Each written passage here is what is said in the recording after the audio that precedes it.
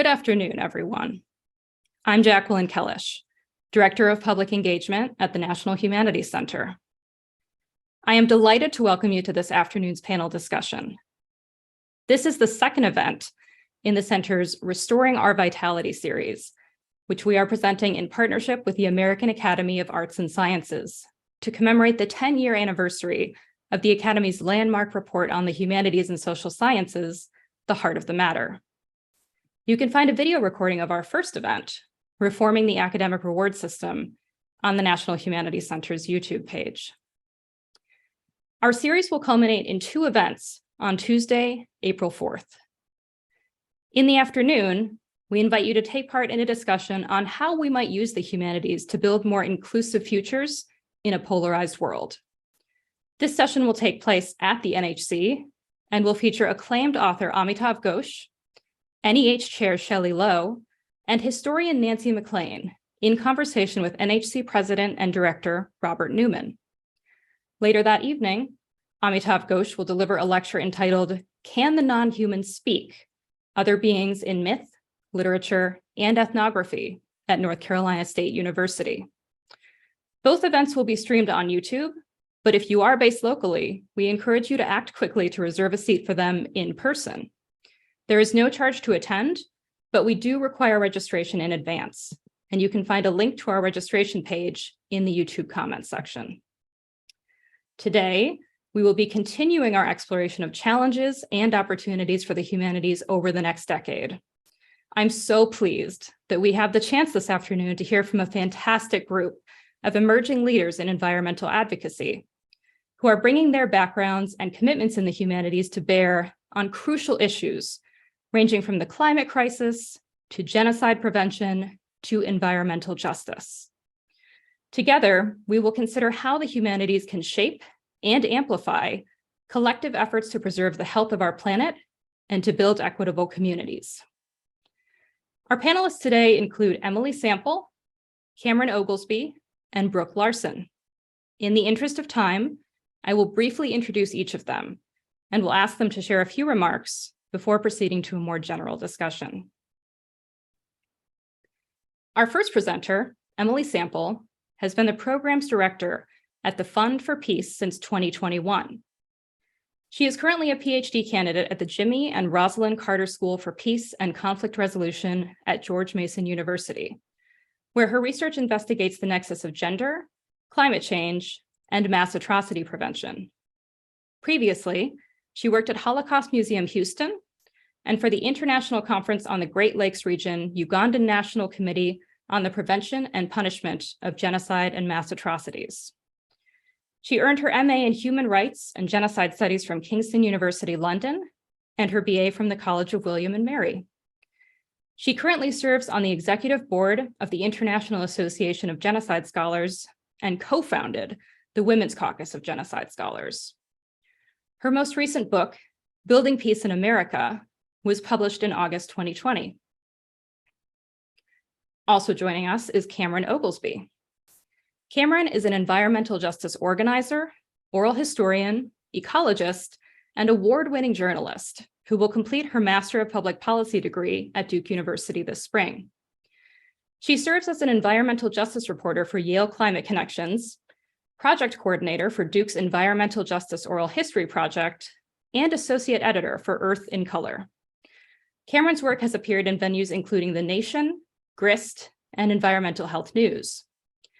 She is a Young Climate Leader of Color Fellow with the People's Climate Innovation Center, an Uproot Project Environmental Justice Reporting Fellow, a Yale Public Voices Fellow on the Climate Crisis, and a past Memorial Foundation Social Justice Fellow.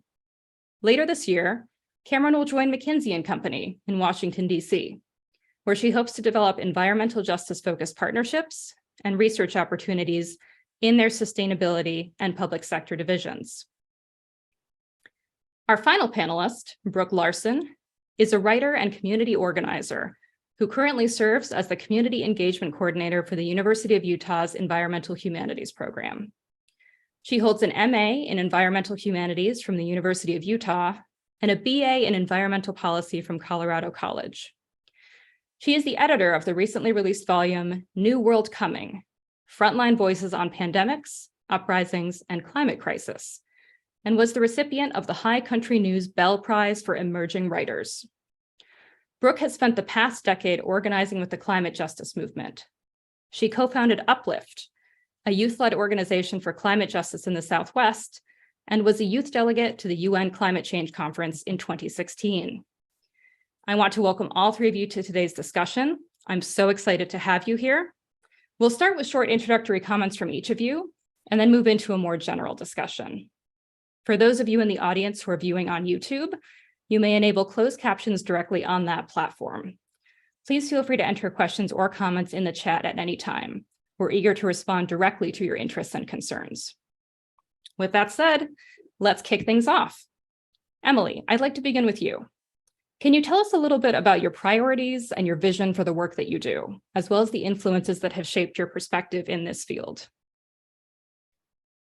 Thanks so much, Jackie, and thank you so much for inviting us here. I'm really excited about this panel today.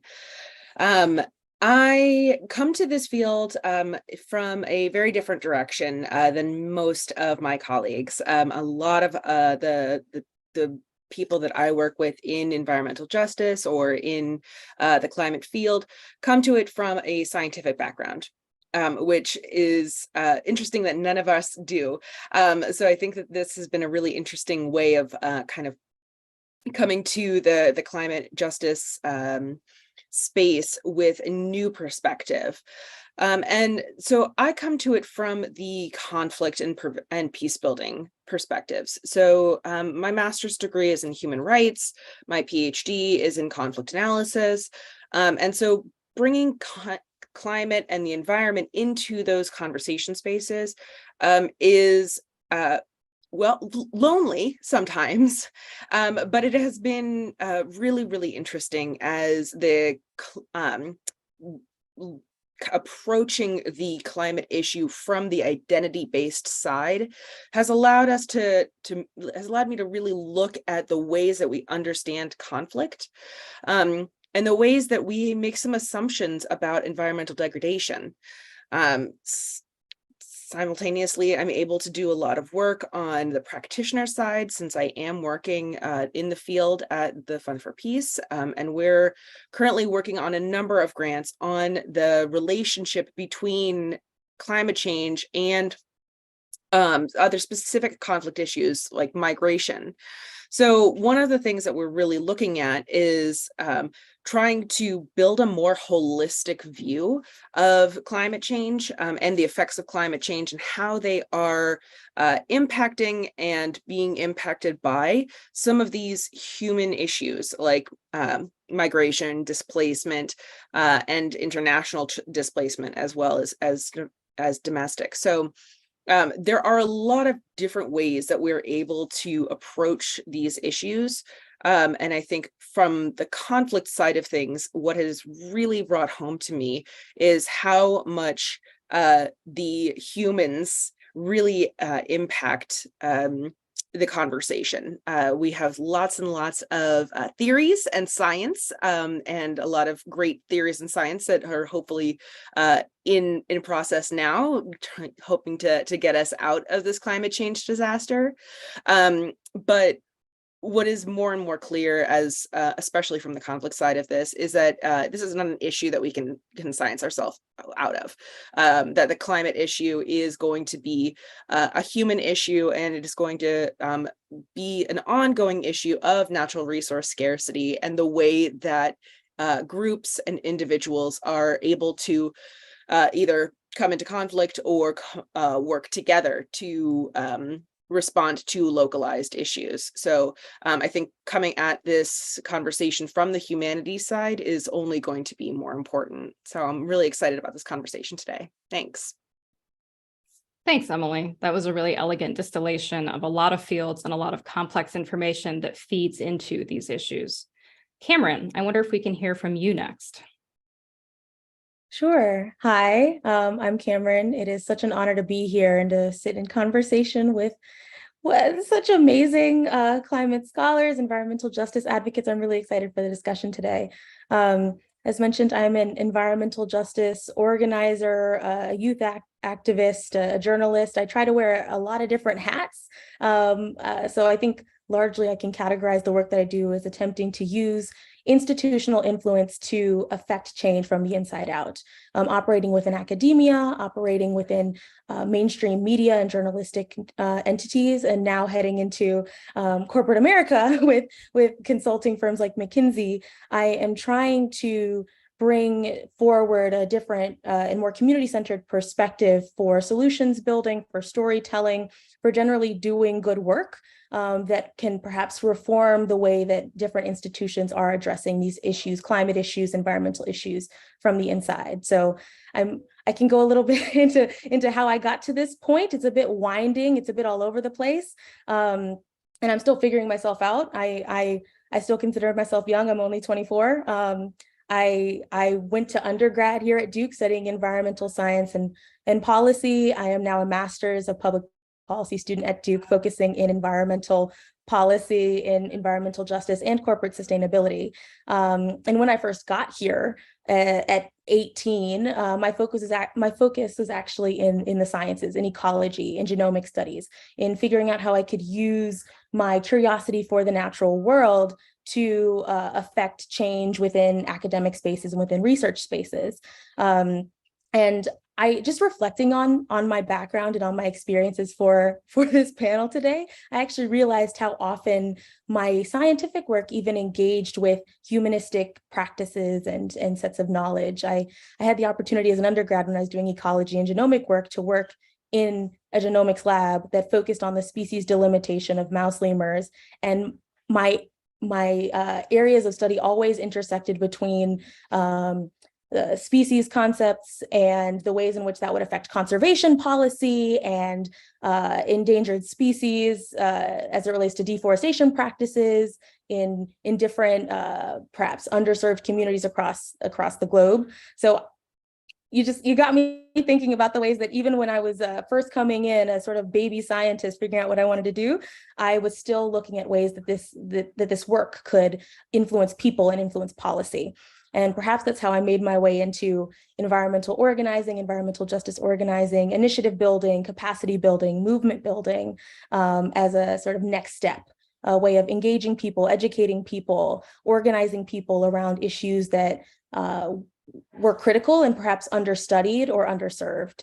From there, I transitioned into journalism. I think, again, the larger goal was to optimize my impact. How could I do the best job of getting people on the ground, perhaps people that were not familiar with these topics, with environmental justice or environmental issues like climate change as a concept, involved in the ways that we address these issues and build solutions. So I've been working as a storyteller and journalist, cross media, video, audio, the written word, in attempts to engage the most people and perhaps do the most good, do the most work.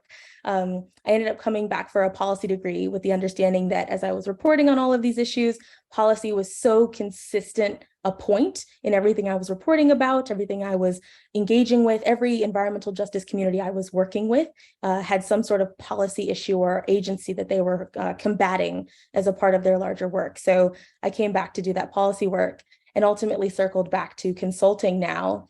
Again, very winding path with this idea that I can use my science background, my organizing background, journalism, policy, all of the things to influence the way that corporate entities, as well as public sector and social sector entities, are thinking about building equitable, sustainable solutions. So that hit on a lot of different humanities pieces. I'm really looking forward to diving into what exactly it actually means to be working in the humanities as a part of this discussion, because I know I just listed a bunch of things and I don't know if it resonates with everyone, whether that aligns with humanities. Thank you so much, Cameron. We love a winding interdisciplinary path in the humanities and certainly at the National Humanities Center. And I find it really inspiring that your philosophies and commitments have stayed consistent across a number of fields and industries. So I can't wait to delve more into that with you. For now, Brooke, would you mind introducing yourself briefly? Yeah, hello everyone. My name is Brooke and just want to echo what other panelists have said. It's a huge honor to be here with you all today and really excited for this panel. I similarly have worked on environmental justice issues from a lot of different angles, starting out early in the climate justice movement as like teenager and in my early 20s. So have been involved throughout the past decade as a community organizer. And Jackie mentioned some of those organizations like Uplift and Sustain Us and various groups I've had an honor to be a part of. And a lot of my work has really focused on the Southwest. I'm here in Utah and Goshute, Shoshone, and Ute land. And often Utah and the Southwest in general is kind of left out of the national conversation around the climate crisis and environmental justice issues, but a lot of our communities here are also on the front lines of energy extraction, and we're already seeing the climate crisis, like here in Salt Lake, particularly with the vanishing Great Salt Lake. So I made a pretty clear commitment in my 20s to stay in my home region and really focus on bringing attention to the issues going on here. So that's taken a few different shapes. The community organizing that I mentioned, but also within academia. So when I was at Colorado College, I was working with the State of the Rockies project, which does humanities-based and social science research on critical issues throughout the Intermountain West. And I had a chance to go and interview people across the region about water issues, about large landscape conservation. And I think that, in addition to some of the community organizing, really solidified for me the importance of story and the importance of going out on the ground and listening to people and interviewing people. And so I built on that when I was a master's student in the environmental humanities program and continued that trajectory of listening to people's stories and interviewed 30 people across the Southwest about just transition issues. So how the fossil fuel industry was impacting their lives and what would be needed to transition off of fossil fuels to regenerative and renewable economies in a socially just way that honored workers, that honored people who had experienced negative impacts from pollution, so on. So story has been a huge part, and I think we'll continue to talk about that. I currently work in academia as the community engagement coordinator for the environmental humanities program. And I'm super fortunate that in that role, a big part of my job is bridging the gap between the academy and our broader community. We have financial resources to do that, which is a huge important piece, I think. So I really am in the sweet spot now where I get to be part of the really stimulating conversations that happen within academia, but also use the resources we have at a major university like the University of Utah and think about how we can give those back, redistribute those to community groups doing the important on-the-ground work for environmental justice and include our creative and bright students in that process as well. Thanks so much, Brooke. And in all these big picture conversations we have about structural issues and about climate change and environmental degradation in particular, it's so important not to lose sight of the local and the personal. And I love that that commitment has animated so much of the work that you've pursued, Brooke. I want to remind our audience, thanks so much for being with us. If you have any responses, questions at any point, please put them in the YouTube comments. We are excited to respond to them. So I'll turn now to a first major question for our panelists. As all of you know, our conversation today considers the ways that the humanities inform environmental advocacy efforts, as well as implicitly the ways that environmental discourse is increasingly shaping contemporary disciplines in the humanities. So I want to begin by revisiting something that many of you alluded to in your opening remarks. I want to ask you to reflect on the humanistic elements of your own work, so that we can develop a better shared vocabulary for what the humanities mean to us across these fields and pursuits. Namely, are there particular humanistic methods, structures of knowledge, or philosophies that shape your approaches to environmental work? I'm happy to start us off because I was thinking pretty heavily about this. I mentioned earlier that I hadn't really considered the work I was doing as falling under this humanities discipline before. I was just doing the best that I could with what I had. So I decided to do some Googling before all of this and just look up what exactly is the humanities. I came up with a bunch of different answers. It said, what are the 7 humanities? It listed out what are the 5 areas of the humanities? What are the 11 branches of the humanities? And all of them seem to encompass overlapping theories of change through literature, law, race and gender and multicultural studies, history, art. It was a crazy list, and I don't know that was a very helpful Google search, but I think these definitions ultimately had me charting back to my own path as an environmental justice advocate, and as a youth advocate in particular. I had some very distinct memories. I remember in middle school, I used to spend a lot of time writing nature poetry. I developed an anthology of poetry that broke down the different seasons by the trees and the leaves and the rivers and the rain. I don't do that anymore, but it sort of took me back to that nostalgia of writing in creative language about nature and Mother Earth. And in high school, I actually created an art gallery called the Enviro Art Gallery that attempted to bridge the educational gaps and the knowledge gaps using art as a medium for engaging the public and stuff. Didn't consider that humanities work. It was just my attempt at getting people better engaged in environmental justice topics. And that gallery has actually expanded a lot. I brought it to Duke and grew it out. And actually there's a group of undergrads that have been putting it on since I graduated from undergrad every year. So I think the journalistic work that I do, the artwork that I have done, the poetry, the oral history, all of that sort of acknowledges these histories of land and place and earth connections, and attempts to draw from deep histories and motivations that are grounded in human perceptions of the world around us, inherent spiritual, cultural, anthropological connections, ancestral connections, right? So when you just brought up that question of what exactly it means to be doing humanistic work, how are we defining the humanities, especially in an environmental context? I see it in the arts. I see it in the drawing of on history, on racist histories, but also place-based legacies. I see it in movement building as a concept, as something that brings people together to do good work and to drive policy, and even policy as a structure for affecting the ways that we live and can take advantage of resources, right? I think that still keeps it pretty broad, but that's just sort of how I'm defining the humanities, as anything that really allows us to connect with each other and to inform the way that we as humans are interacting with each other and the planet. I think that's a really beautiful answer. I love the idea of you just pulling on all of those threads. And yeah, ultimately, I think that that's what the humanities really comes down to for me is I have never, none of my work has ever fit into one of these like strict disciplines that you were Googling. And I have, I have a bachelor's in history, but I have a master's in human rights. Like, what is that?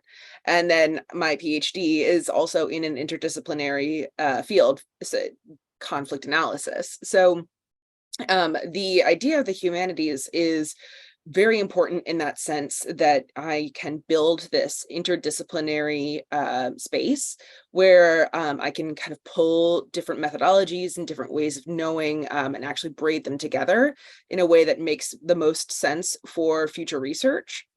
And I think that this conversation and Cameron, your discussion of science in so many ways kind of is a great way of starting to kind of break down that wall between the humanities and, the concept of STEM, right? And like those things or now it's STEAM, which is art. So that's one of ours.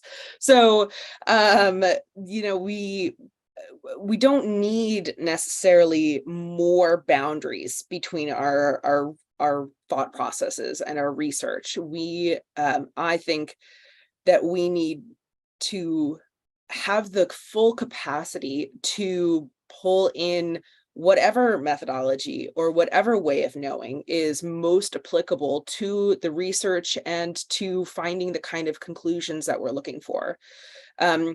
all of my research is deeply embedded in feminism, and more specifically in ecofeminism.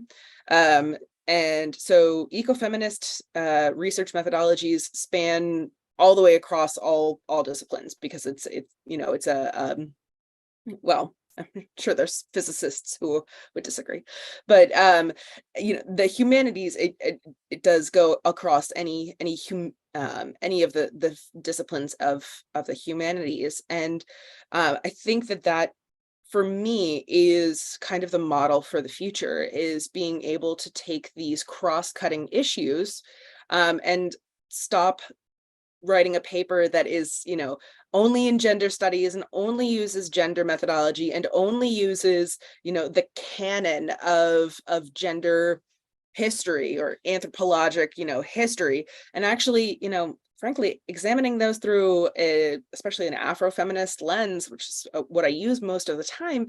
You recognize that there's a lot more between some of the more recent research and the decolonization research than we necessarily have in common with the research methods that were canonized by the founders of anthropology 100 years ago. So I think that there's a lot of value in bringing in and making space for these new cross-cutting methodologies and these cross-cutting ways of knowing, because they actually bring in new voices instead of being stuck using the same old things that we've been using for the last 200 years.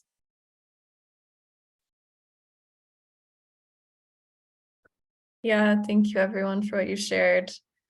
Resonate with a lot of that. And I think, it's interesting, as a previous student in the environmental humanities program at the University of Utah, now working for the program, something I and many of our students and alum face is when we say, we're part of the environmental humanities program, people outside of the academia often have no idea what we mean by that, environmental humanities.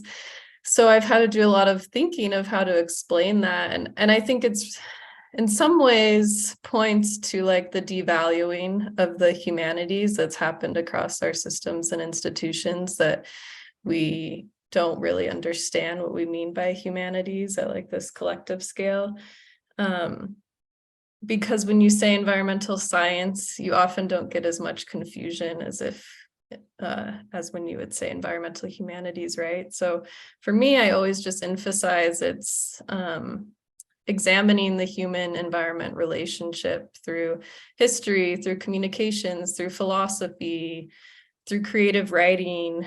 And we see so many different approaches that can take. For example, just in my cohort, when I was a graduate student, one of my fellow students wrote a climate science fiction novel. Another person made a series of paintings about air pollution issues. Someone else partnered with the local climbing group to examine stewardship and the history of recreation. And then I took this very storytelling, creative nonfiction kind of journalism approach. And so I think another beautiful part of the humanities is just the diversity of methodologies and the diversity of research that can come out of these approaches. And I think for me, the humanities have also been hugely influential in how I work, not just in academia, but also as a community organizer, as a writer. For example, taking courses on communicating climate change and learning that these ways we've communicated about climate change for decades, really focused on the science and numbers, clearly isn't landing with people. And how can we communicate from a place that's focused on values and story and these methods of communicating that just land way more with people and touch hearts, not just minds, and in a way that we can really remember, right? So those are some of the approaches that are important to me and that I've also just seen within academia. Thank you all so much. I love the idea that the humanities are fundamentally about troubling pre-established categories and finding new modes of knowledge and new combinations of methodologies that can lead us to answers for some of our more pressing problems. Brooke, you set me up marvelously with your mention of storytelling for another question that I'd love to ask all of you. Storytelling is obviously something that is so key to all of the work that you do across industries and across disciplines. And I wonder if you could talk a little bit more about the importance of storytelling for various specific projects and pursuits that you've worked on an individual level, but also perhaps to open up a conversation about something that Brooke just mentioned as well, which is to say, how do we think about the imperative to tell good, compelling, actionable stories when it comes to things like the climate crisis that can affect multiple diverse publics and can be accessible and motivating to those publics?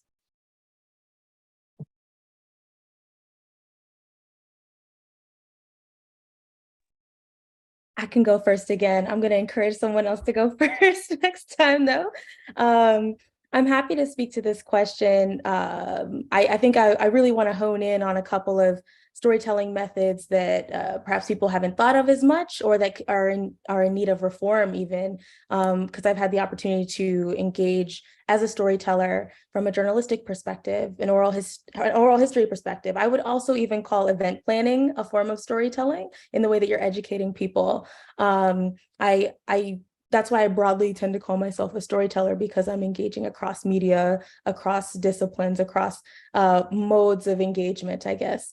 But focusing in specifically on journalism first, I would love to just highlight the ways in which, I guess, how important the media is in telling stories, not only of the environmental issues that are taking place and communicating complicated environmental science and policy issues for a public that is not familiar with those terms, with these issues in depth. Being able to translate that for people is absolutely critical as we head into times that require public engagement at every level. If people don't know what's happening, how are they supposed to be informed voters, informed organizers, informed movement builders, right? And historically, as a journalist, you've actually had a very, I will say, white-centered, false objectivity sort of mentality going into journalism. This idea that you need to tell both sides, this idea that you need to have a balanced story, which essentially means that you're putting climate deniers on level with climate supporters. And we know we shouldn't be doing that, right? Because climate deniers are not correct. But even when you're talking about telling environmental justice stories, right? We're not putting a petrochemical facility on the same level as a community that has been overburdened by pollution for decades and are experiencing cancer. We need to be celebrating and centering the resilience of communities when we're doing these stories, when we are telling these stories. And just knowing that there are so many communities I've worked with, for example, in North Carolina, in Eastern North Carolina, that are contending with the cumulative impacts of tons of industries, of the swine industry, the wood pellet industry, landfills, right? Encroachment from industry, land grabs from industry. The list goes on of injustices. These are people that have also not been in the news. Their stories have not been covered. And I think that is a direct result of the way that journalistic organizations have been structured up until this point, the ways that they prioritize certain things, certain communities over other communities, the way that they tend to frame up certain communities over other communities. And so if in our journalistic work, we can be centering those that have gone undercovered, that have been disinvested in, as a way of calling forward that history and that injustice, and bringing to the forefront the stories of resilience and compassion and just the amazing work that's been taking place on the ground in a way that hasn't been done before. I think that is the importance of storytelling today, just if nothing else, but to inform people that that's happening. I don't want to take up too much more time with this response, but I just really want to make sure I call out also, as I'm heading into corporate America, and just sort of how important storytelling is outside of your traditional storytelling spaces. You don't have to be a journalist or a documentarian to utilize storytelling techniques and methods. I know this past summer when I was interning at McKinsey, one of the big things they emphasized was having a storyline for your client. At a very basic level, you had to have a beginning, middle, and end. You had to have a pitch. You had to convince people of why what you were presenting them and the recommendations you were presenting were the right ones. You need to be able to communicate to people regardless of the discipline or the practice or the sector that you're entering in. And so as somebody coming from a storytelling and journalistic background, I actually feel very well prepared to head into this consulting space where my literal job is going to be convincing people through the power of my writing and my voice to do what I think they should do for the betterment of society. I just really want to emphasize that because I don't think people connect the dots between non-writing or non-literary disciplines and the power of storytelling. I think that that is such a beautiful point. And it's so interesting that that is kind of like where your field goes to, you know, in the media space, that you like storytelling. It is a very like literal conception of storytelling, whereas when I think of that from the background of Holocaust and genocide studies, whenever we talk about storytelling, well, first of all, we have to be very, very precise, because you cannot tell a story in our field. We give testimony, right? And so that is something that climate change deniers and have really taken up from, in a lot of ways, from Holocaust and genocide deniers, is kind of using these little words and these small holes to kind of push through this idea that everything you're saying is made up, because you know, at Holocaust museums, you don't fabricate an exhibit. Every other museum fabricates an exhibit, but we don't use that verb. We curate, because that is the story. Sometimes it comes out. So we are so when we are crafting a narrative like that, we have to be really, really precise with our words. And I think storytelling is at the center of that. And having effective testimony, and especially survivor testimony, is such an important part of telling the history and the reality and reconnecting people to the human face of some of these tragedies. I think when I think of environmental justice, I mean, the movement owes a huge debt of gratitude to Warren County, North Carolina, because that's where the modern environmental justice movement started, right? Of course, environmental justice has been going on forever in various modalities, but it's Warren County that really, I mean, got the EPA started, right? So I think bringing those threads of testimony through our stories, and letting people not tell stories about them, but letting people tell their own stories, and finding ways to amplify these testimonials is one way to kind of bring something like a conflict, or in this case, a climate disaster, home much more effectively than the barrage of headlines that we often get. You know, Twitter is just like every 4 seconds it's something new, right? So but being able to connect with an individual, especially with or you know, a good storyteller, really makes all the difference. And that is one thing that we are seeing when we're looking at issues of, like, for example, local researchers, and letting people and replacing that the concept of that parachute researcher who is coming in, dropping into a community, doing some research, going back to their academia, and then telling that story for them, and instead looking at ways to amplify people telling their own stories, hiring local researchers, training people in their own research and storytelling methods, and really making it so that we are broadening the stories that we are able to tell. And for exactly that, right, that the reason that you reference is that so many of these neutral journalistic style and academic research reports come from one point of view, and it's the white male upper middle class point of view, which has value, but it only has as much value as everyone else's point of view.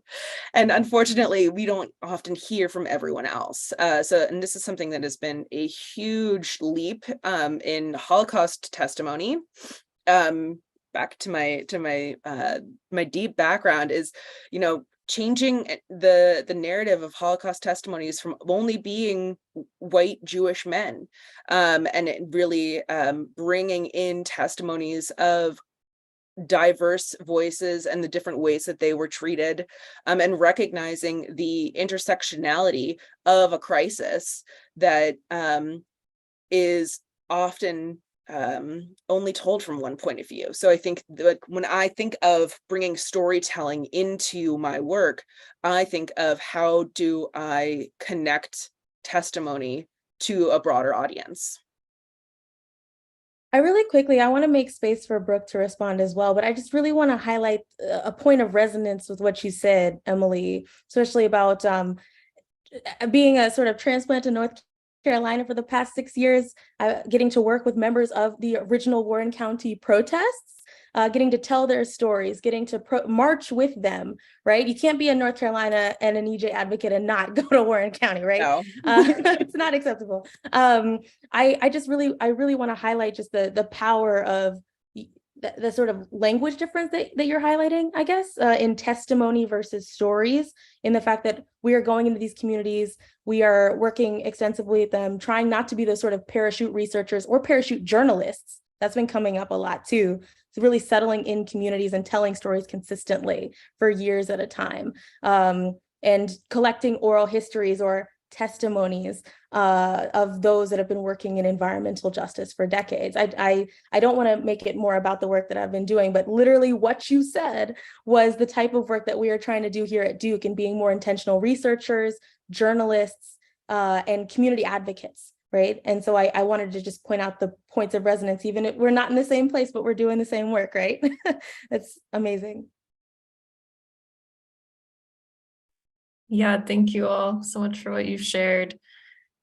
I just want to echo and resonate with Cameron, what you were saying about journalism. I engage in these issues as a writer as well, and I find that if I write a piece from the perspective of academia versus as a community organizer, or just as a writer or a journalist, I'm received very differently, not only in like the audience I reach, but also by the publication itself. And I think that just speaks to how we need to continue to challenge what we mean by journalism. And by doing that, challenging some of these extractive modalities in that field. Like, often if you do have a relationship with a source, say, that's seen as like biased, but how can we instead reframe to that is building trust, and challenging these more extractive ways of going about that. So just wanted to build on that point.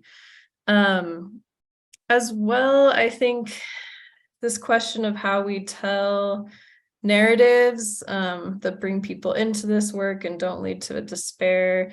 A big part of my work as both a community organizer and something I researched for my master's project was the framing of the public narrative by Marshall Gans, who's a scholar and community organizer. And the public narrative framing is story of self, story of us, story of now. And I really appreciate that, because what some of my fellow panelists have said, like, we need to start this work with the personal story, with the testimony, and that's the story of self. And I think that goes both ways, of like us in academia both being willing to share our story of self. So when we go out and listen to other people's stories, that's also like a reciprocal process. And then the story of us piece is really, what is this collective story? Who are we? Building up that people power, collective nature of these issues. And then the story of now is that call to action and piece that I think helps people see a pathway forward rather than just going into despair. A key part of that storytelling framework is communicating a challenge and a choice that someone or a group of people made, and that led to change, to positive action, so on. So I think that framework is really helpful and useful in thinking how we communicate about stories. Trying to think if there's anything else I wanted to add. You all said so many great things that I was going to build on, but I think those are the main points that I want to share. Just echo that, totally resonate with what folks have said about respecting people's stories and letting them speak for themselves. I think that's a huge part of this. And whether that is from a community organizing perspective of who we're giving the mic to academia, like how can we say, just put in a full interview transcript and let someone speak for themselves rather than taking their words and adapting them to fit whatever method or message we want to send. I just think those are some other methods we can look at to make sure we're honoring people's stories. Thank you all so much for these incredible insights. And I know we could stay on this topic all day. I'm going to stay on it just for a moment longer because folks in our audience are really responding to this question, these interrelated questions really of storytelling, of narratives, of giving testimony. And some of the questions that we're getting seem to be focused on genre and impact when we think about these kinds of narratives. So a couple of folks have asked what the best way is to get these stories out, to ensure that folks are hearing them and getting the opportunity to respond. You all have mentioned a lot of different methods for doing this, whether it's academic writing, whether it's more community-oriented writing in service of activism and community organizing. You've mentioned art. Obviously, many of you are very invested in journalism. And so I wonder if you could think a little bit about how you might juggle, balance, or choose between different modes of expression when it comes to telling these kinds of stories, and how you measure or place value on certain kinds of impact among the populations you're trying to reach with these forms of communication. So I'll go first since would take the pressure off Cameron. So I am not a journalist. I have no training in that method. But I would say there's a reason that the classics are classic, right? So writing op-eds, getting involved in politics at local levels, these things are all these the same things that have been repeated for the last 2 decades. And if people engage with them, they are very effective. That said, and this might be an unpopular opinion, I love TikTok as an education tool. And I know that it's really hard because you have to sort through like so much nonsense to get to really good accounts.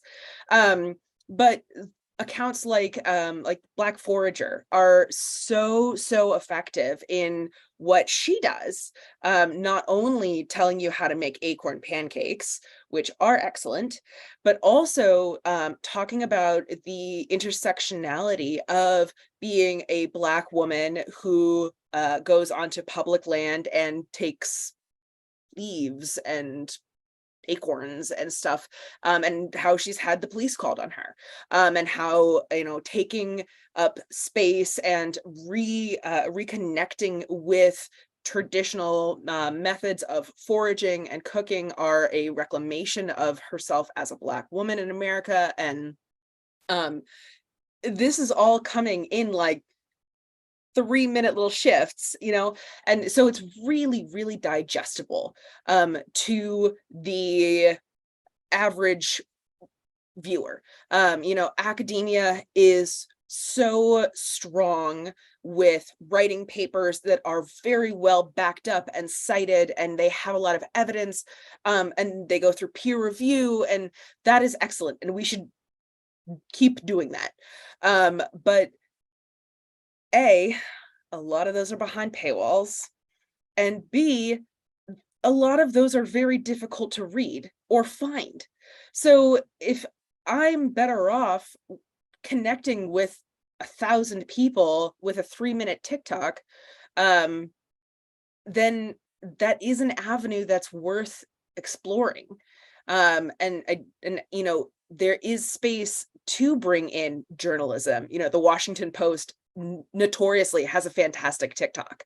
There are TikToks that are creators who are combining the climate justice with art.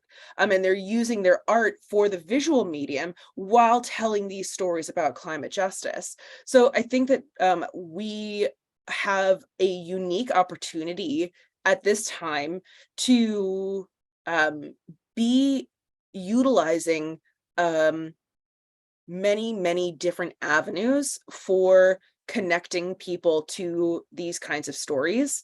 And so to be clear, I'm not saying stop writing op-eds or stop writing scholarly journals. I am saying that we can add on to those, and that we can broaden our reach to not just other scholars. I want to agree with Emily on all of those points. I love TikTok, so I'm scrolling through TikTok every night. I completely resonate with that.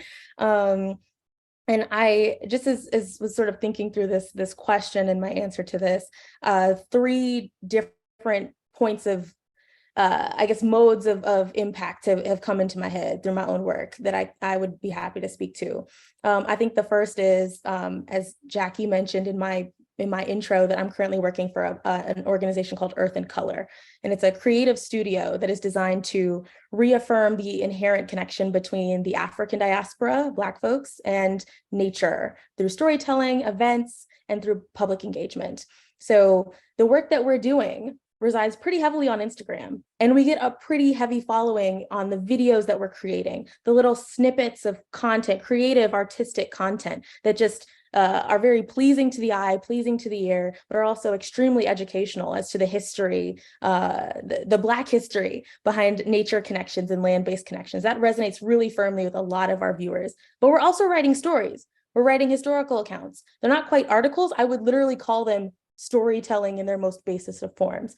And that also really resonates with our people too. It combines art, creative visuals, imagery, some animation sometimes, and the written word to produce a multi-sensory type of engagement that gets people invested in nature and environmental justice work. That's one example that I know has had impact in the sort of way that Emily has highlighted, just people scrolling on the internet, people that are looking for stuff on social media, your regular person. I also want to put in a case for perhaps the more traditional side of things, and just knowing that I think impact is hit across the board if you can hit as many different media as possible. I was recently, I'm really excited about this, I was recently invited to write a book with a major environmental justice advocate and so civil rights activist. I'm going to be working on that over the course of the next year. And over the course of developing out that pitch and that process, it'll be about environmental racism and sort of the layered history of environmental racism in a way that is both accessible, grounded in oral history and interview, maybe combining some poetry in there because we want to be able to engage people, right? But also just telling that history in a very community-centered, human-centered way. I got a recommendation from a professor. It's like, hey, in the meantime, write a white paper about this stuff. Submit this for academic review, right?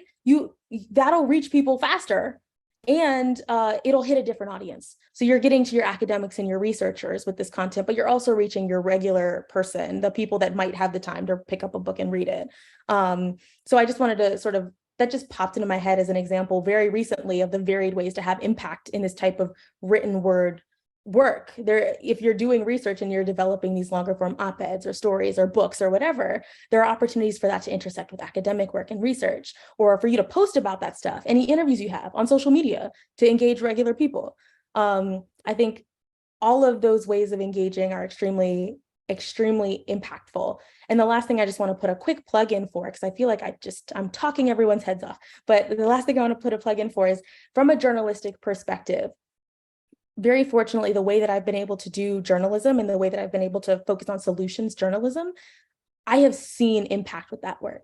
I have had several professors come up to me, people from universities I didn't know, and say, oh my gosh, you wrote that piece? I added it to my syllabus. My students find this extremely beneficial. It's a really great introduction to environmental justice. I've had community members come up to me and say, we were able to use this information in our community meeting or in our meeting with city council or something like that. So just putting words to paper, even in the most traditional forms, people are able to use that, draw from that for their own educational purposes, to inform advocacy work that they're doing. I just wanted to put in that plug for more traditional modes of communicating, also understanding that in conjunction with that, you should be engaging on social media. Make that TikTok, write that research paper. Literally what Emily said, hit on every point. And if you have an opportunity to create something that touches on all of these modes of impact, you are just reaching more people, and know that it is hitting people in a different way than if you were to do it like more traditionally or through social media or something like that. You are hitting everybody at the same time in a different way, and it all has impact. Yeah, I think when thinking about impact, one piece of that I think about a lot is like, who are we trying to impact? And specifically, like, how are the people most impacted by this issue being then impacted by the content we're creating, and how are they also an active part of that content creation? I think some of these traditional ways of communicating that have been brought up, like op-eds, I think this is probably pretty uncommon in academia, but is very common in like community organizing, is like ghostwriting, or just working very closely with someone who really should be writing the opinion piece. Maybe that's like a totally new territory for them. They're uncomfortable, but maybe you, as like an established writer, someone in academia, has those skills and can work with someone to get their voice out there. And I think that's like not a very traditional way to think about publishing in academia. You know, we like to have our names on everything. But I also think there's another piece of this where we need to think about, well, whose voice actually needs to be heard on this issue, and how can we use our skills and accesses to resources to help that person's voice get out. And so that's one piece that I just thought about in this conversation. And 100% think we need to invest more in digital tools and visual tools. As a writer, I often think about the limit of my own craft, that less and less people are reading and are watching TikTok or, you know, watching videos. And so another project that I am starting right now is a big narrative strategy effort. And before we launch anything publicly, we're doing like extensive listening sessions with communities most impacted by fossil fuel extraction and extractive economies in general across the state of Utah, and letting them lead and make decisions about how they want their stories to be told, whether they want that as like a film documentary, whether they want like an exhibit in their library with their photos and their stories. And so that they are making those decisions, that we as community organizers, as narrative strategists, as writers who have been doing this for a while and have these skills, we're kind of like taking off that hat that we've been told to wear as like we're an expert in these things, and rather going to people who are the experts in their own experience and letting them choose how they want to tell their stories. So I think that's another piece of that, is just asking people, do they want a photo exhibit? Do they want a piece in a newspaper? Do they want a video? And going from there to make decisions about how we communicate on these issues. I really appreciate the ways that all of you are thinking so carefully and intentionally about best practices and about the ways that are most effective to reach different audiences and different constituencies with the various efforts that you're undertaking. And I'd love to ask you all in more detail to talk about some of the strategies that you use to promote responsible and inclusive community engagement, which I know is at the heart of all your work, and something, Brooke, that you just talked about in a really lovely fashion. So I'd like to hear more too about specific ways related to specific projects when you have established trust-based relationships, empowered community leaders, and work toward the development of collaborative and equitable systems. And perhaps one thing that we can keep in mind is that all of you are currently engaged with academic institutions, even while you pursue other professional and community-based opportunities.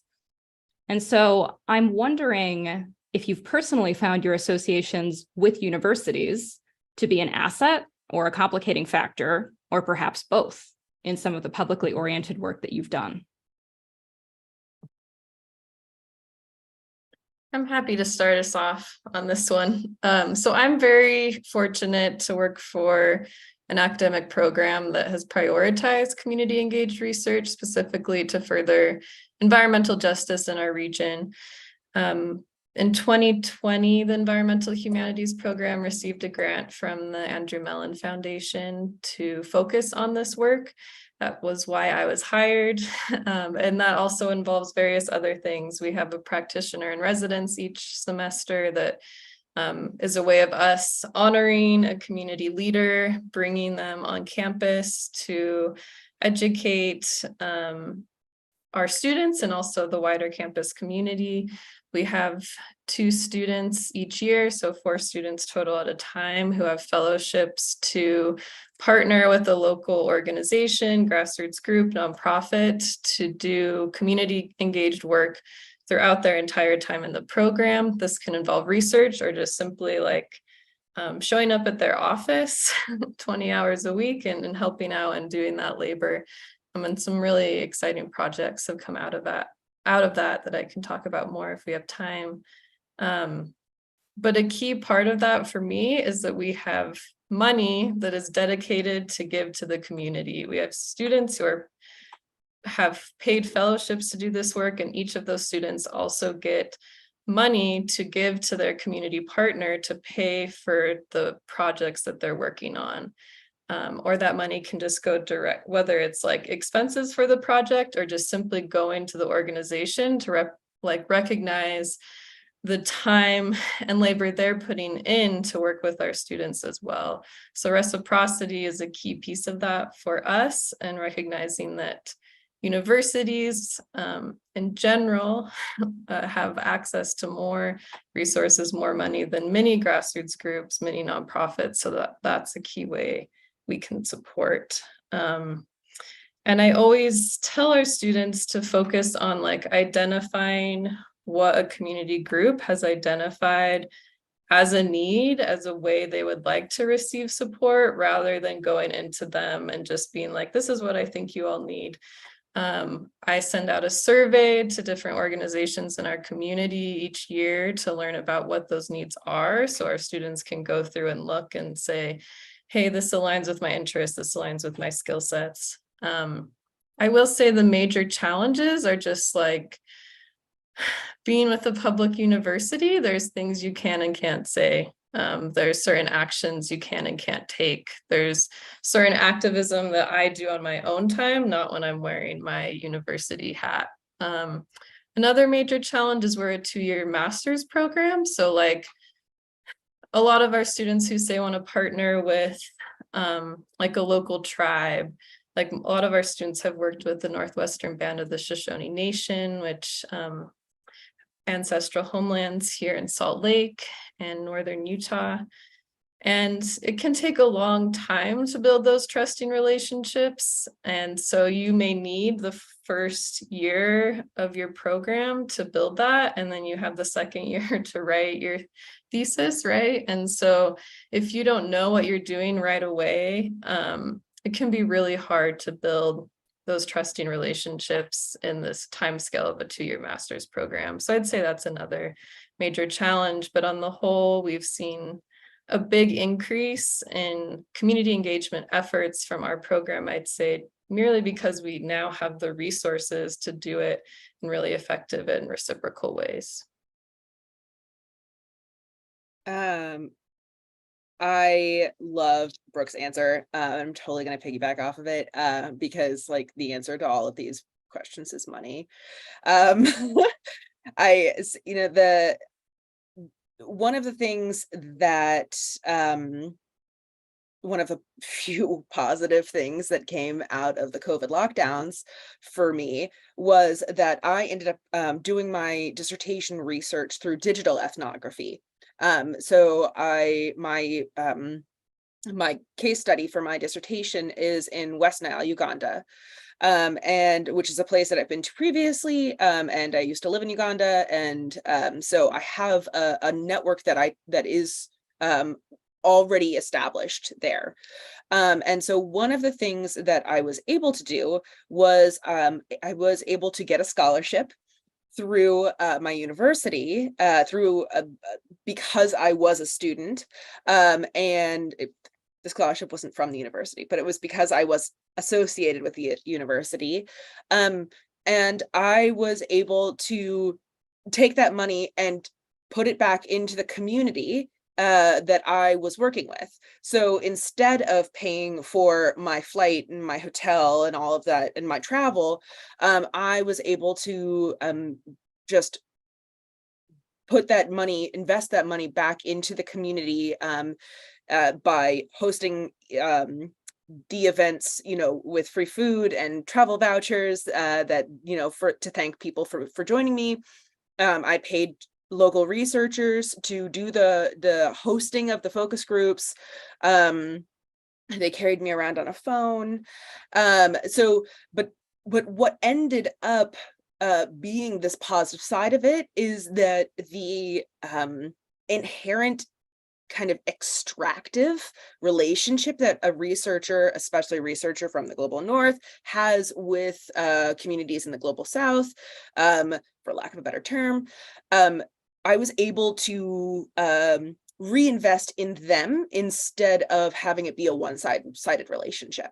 So for me, building that community trust, I established that community trust through many hours on WhatsApp with my researchers, and then was able to invest in them, and I was able to invest in the community through my research.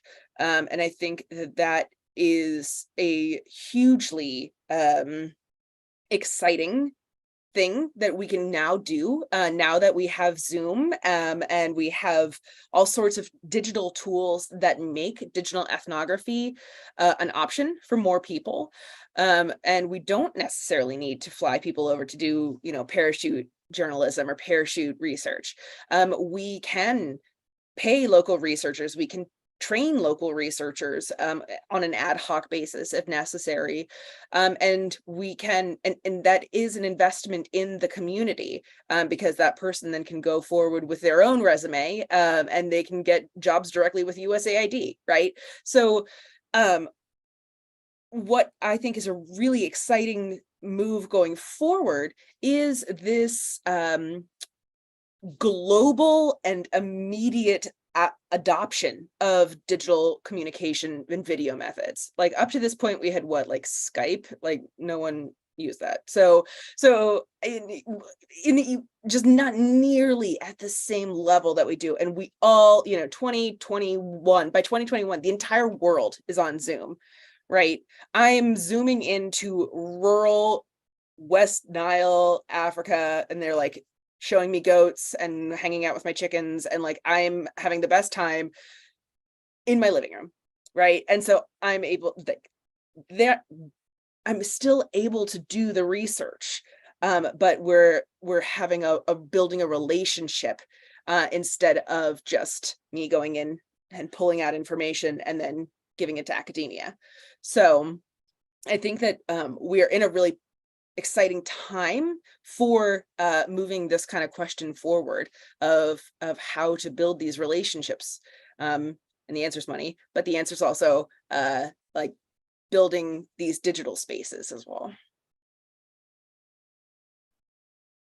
I just want to agree with everything that y'all said. I always bring it back to money, especially coming from a private institution where we have a lot of money, trying to redistribute that as best we can to, if not directly to communities, at least to serve them in their needs and their wants and their goals for any partnership we might be doing with them. So I can actually speak to a very specific example of the Environmental Justice Oral History Project is something I'm currently coordinating here at Duke. It is I guess you'd call it a storytelling hub. We are combining oral history collection with journalistic partnerships, podcasting, research, and event development to overall document, preserve, archive, and share the lived experiences of land connection and environmental injustice focused on the U.S. South.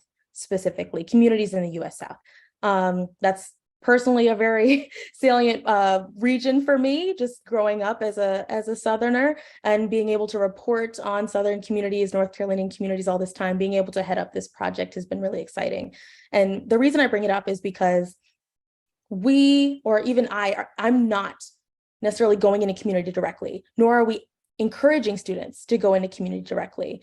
Some of our advisors, some mentors of mine have actually really discouraged this idea of taking students that, at least at a university like Duke, are probably coming in with a sense of self and their own knowledge and I'm trying to think of the best words for this. It just is a sense of their own intelligence that they think might supersede that of communities. You know what I mean? People that have been taught that they're the smartest people in the room and they know best.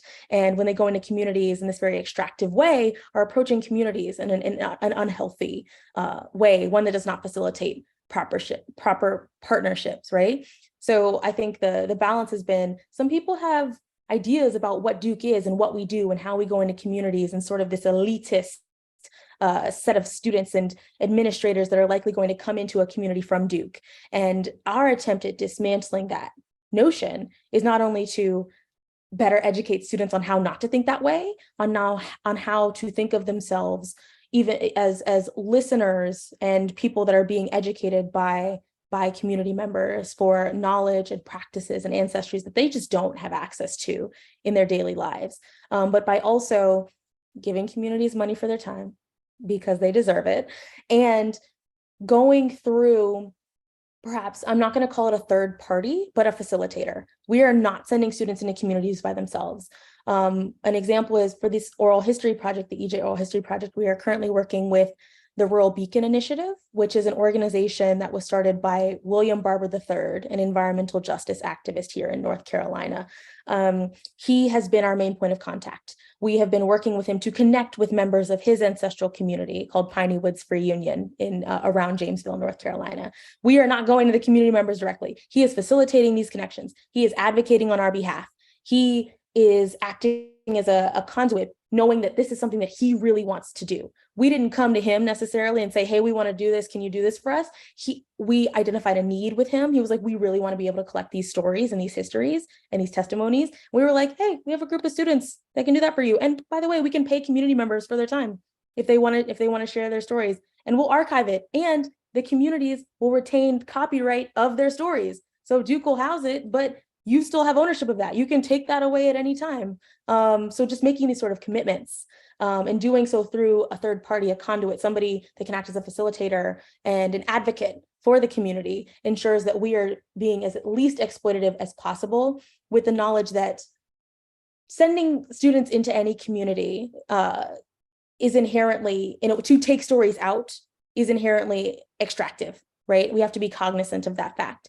The least extractive way to do this sort of oral history work and the storytelling work is to send students into their own communities, which we have also been doing, to collect stories of their own families and their own neighbors and their own ancestries, right?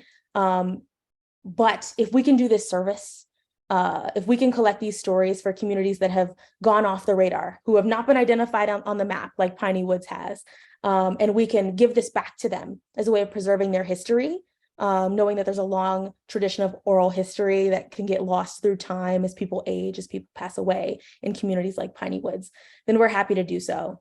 And happy to do so through multiple media. I want to get back to the multiple media point. We're not just doing it through oral history. We're writing articles about the Piney Woods community. We're interviewing people for podcast episodes. We've been working on events that help promote the Rural Beacon Initiative and the work that they're doing. Any way that we can serve and develop long-term partnerships that will continue with faculty and staff here at Duke, with William Barber III and his organization, that is our strategy for doing that. And that was just one example. We're also working with Warren County to do this sort of work and put together these sorts of long-term partnerships. So I just wanted to tag on to everything that y'all said. It was all beautiful and perfect, and really frame it through, as students going out into spaces we are not familiar with, we are trying to enter them as empathetically and with the knowledge that we don't know the best, we don't know all, and that we should not be interfacing directly with community members until we have the say-so from those community members that they are okay to work with us, knowing the extractive history of our university in many parts of North Carolina. Thanks to you all for such rich philosophical and practical reflections on this question. Cameron, I'm really delighted that you brought up the Environmental Justice Oral History Project, because I feel like environmental justice is a term that we've been talking around for quite a while. It's something that is at the core of a lot of your work, but everyone in our audience might not be quite as familiar with the term. And so I'm wondering if we can perhaps define what environmental justice means to all of you, and perhaps to reflect on significant challenges and examples of progress that you've witnessed in this regard in your respective fields. I'm happy to start us because I mentioned it, and I was looking forward to this question. So I'll just launch us off here. So I know that the formal definition on the EPA website is, and I wrote it down, environmental justice is the fair treatment and meaningful involvement of all people, regardless of race, color, national origin, or income, with respect to the development, implementation, and enforcement of environmental laws, regulations, and policy. I know I read that really fast, but I was just bringing it in here because I don't think that that's an all-encompassing definition personally. In my view, personally, in the work that I'm doing, environmental justice is not just about environmental laws and regulations and policies. It's about spotlighting land connections. It's about getting us as individuals back to this sense that we are inherently connected to the earth, to planet Earth, and also should be grounded not just in the fair and meaningful involvement of communities, but reparative actions, reparations. How do we go back and we adjust histories, decades of wrongs, of pollution exposure, legacy pollution, of land grabbing, of disinvestment, infrastructure disinvestment. These are things that, okay, it would be lovely if we could address them now, but that need some level of perhaps backtracking, in my view, to really get to the heart of the fact that these are communities that have been oppressed and left out and deserve a step more than just the bare minimum, as is defined in environmental justice there. So I love this question, and I just wanted to make sure that framing it around more than just pollution and more than just that bare minimum. It's about not just bringing people to the table, it's about rebuilding the table. It's about dismantling unjust systems. It's about acknowledging land histories and ancestries, the beauty of people in connection with planet Earth, and the ways in which we can get to a just future for everybody if only we could acknowledge our inherent connections to land, place, and space.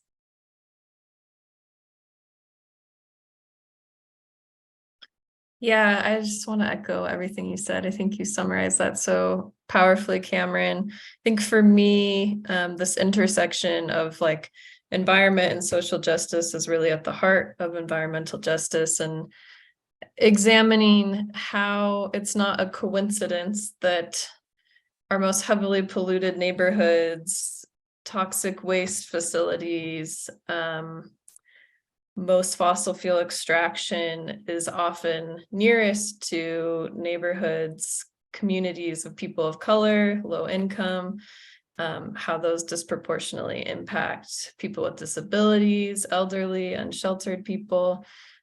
These things aren't coincidences, they're rather the result of like structural and systemic racism, of mass income inequality, of ableism, these various forces that are at play. And I appreciate, Cameron, how you pointed to history, how we, can look at the history of redlining and racism and housing and how we plan cities, how we can look at how reservations have been set up across the country and governments created within tribes to facilitate fossil fuel extraction from indigenous land.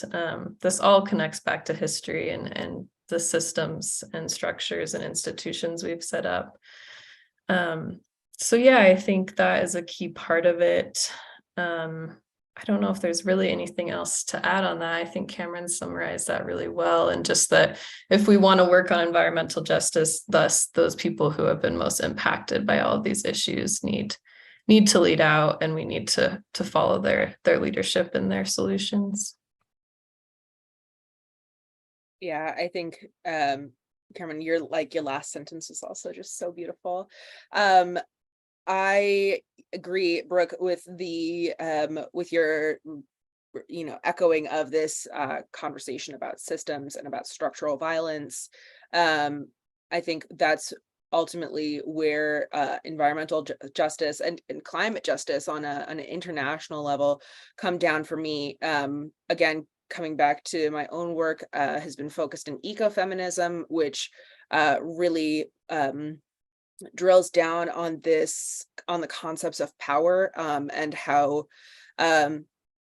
the intent of power is to maintain itself, so that there are these systems of, as you were saying, Brooke, white supremacy, ableism, and all of your isms that make up structural violence. They're all working as they were intended. The system isn't broken; it's working the way that it was built. So, in that sense, I think I also appreciate the EPA's definition of environmental justice, but it is not enough. I don't think it's enough, and I think that it is coming from a place of protecting. I don't think the EPA, the people who work at the EPA, are in any way necessarily, I'm not calling them white supremacists, but what I'm saying is that the system is built in a certain way, and that they the EPA has to function within that system. So a lot of times, even though there are really good individuals and there is good intent, the actual reproduction of harm comes through these systems instead of environmental justice.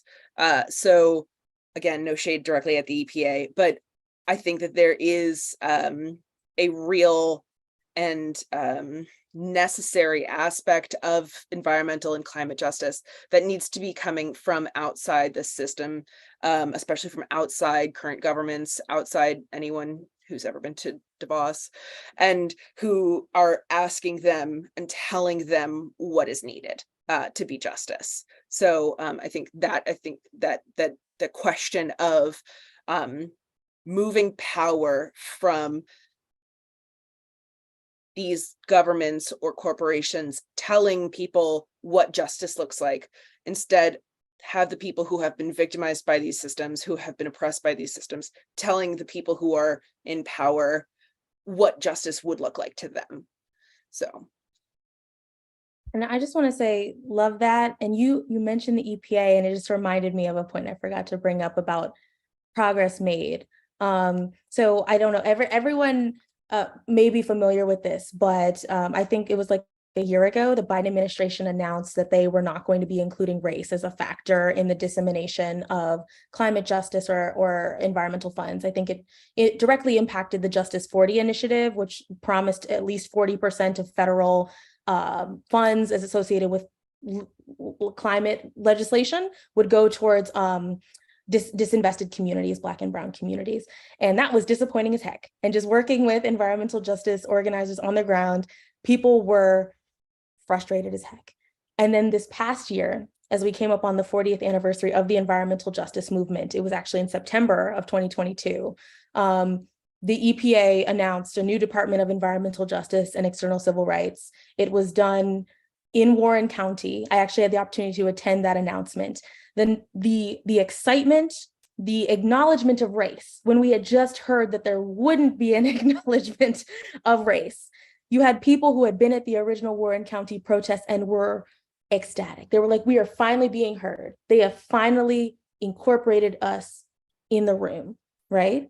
And I'm sitting there a little skeptical. I'm like, okay, like a little bit, I see it kind of, and we'll see what happens, right? We can make these grandstanding promises, but that was progress. From at one point saying we're not going to think about race to all of a sudden acknowledging in the birthplace of environmental justice that race and systemic racism has been such a big part of the environmental justice movement and the establishment of these national principles around environmental justice.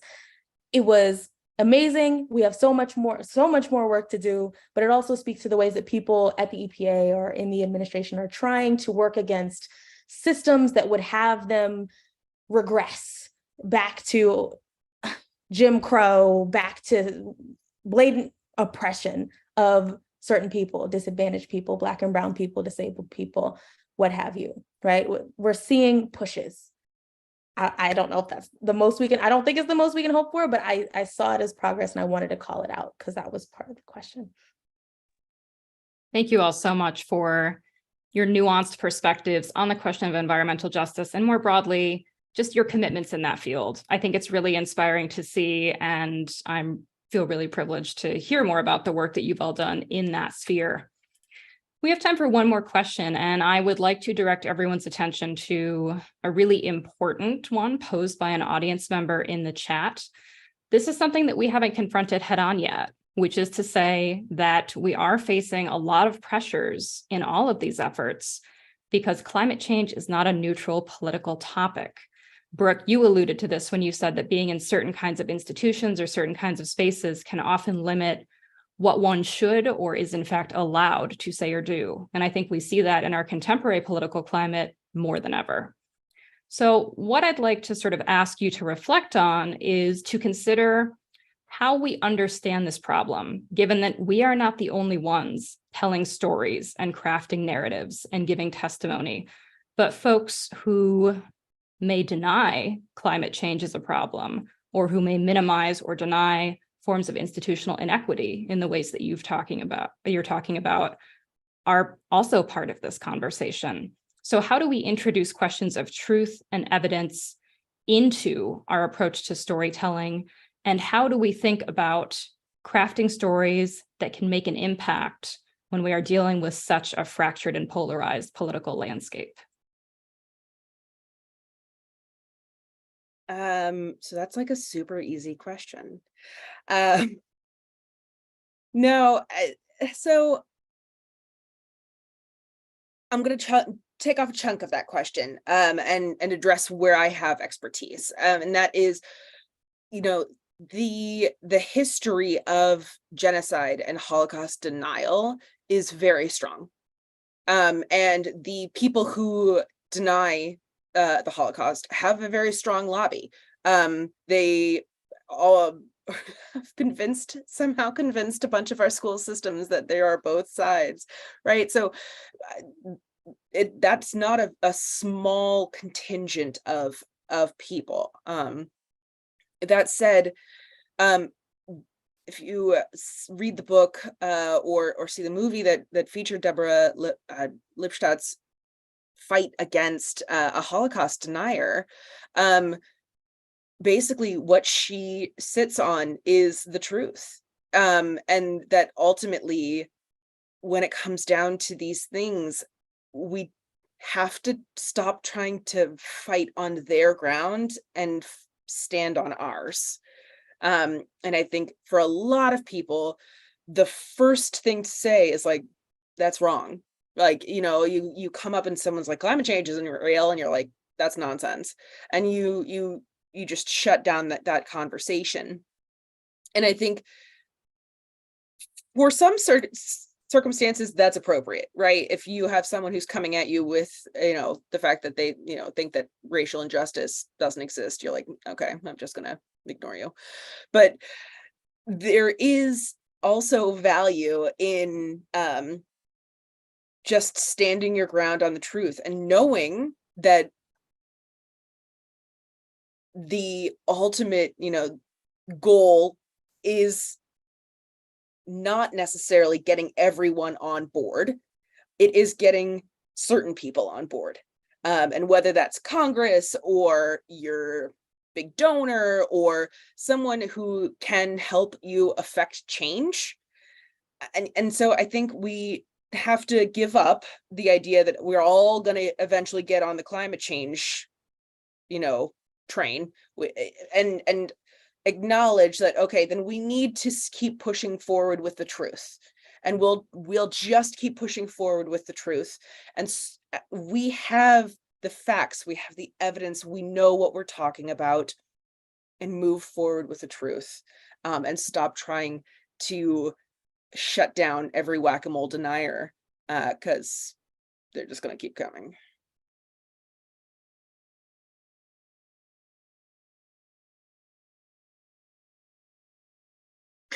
I'll go real quick. I know we're close on time. Yeah, I just want to echo that last point of I don't actually think it's possible to shut down every denier, or it's necessarily worth our energy in organizing. There's a tool that's often used like called Spectrum of Allies, where it's, you know, like active supporter, passive supporter, all the way to like active opposition, and recognizing the people that are most beneficial for us to target are closer to support. So that's like more a strategic position. I also think there is, though, value in trying to challenge some of this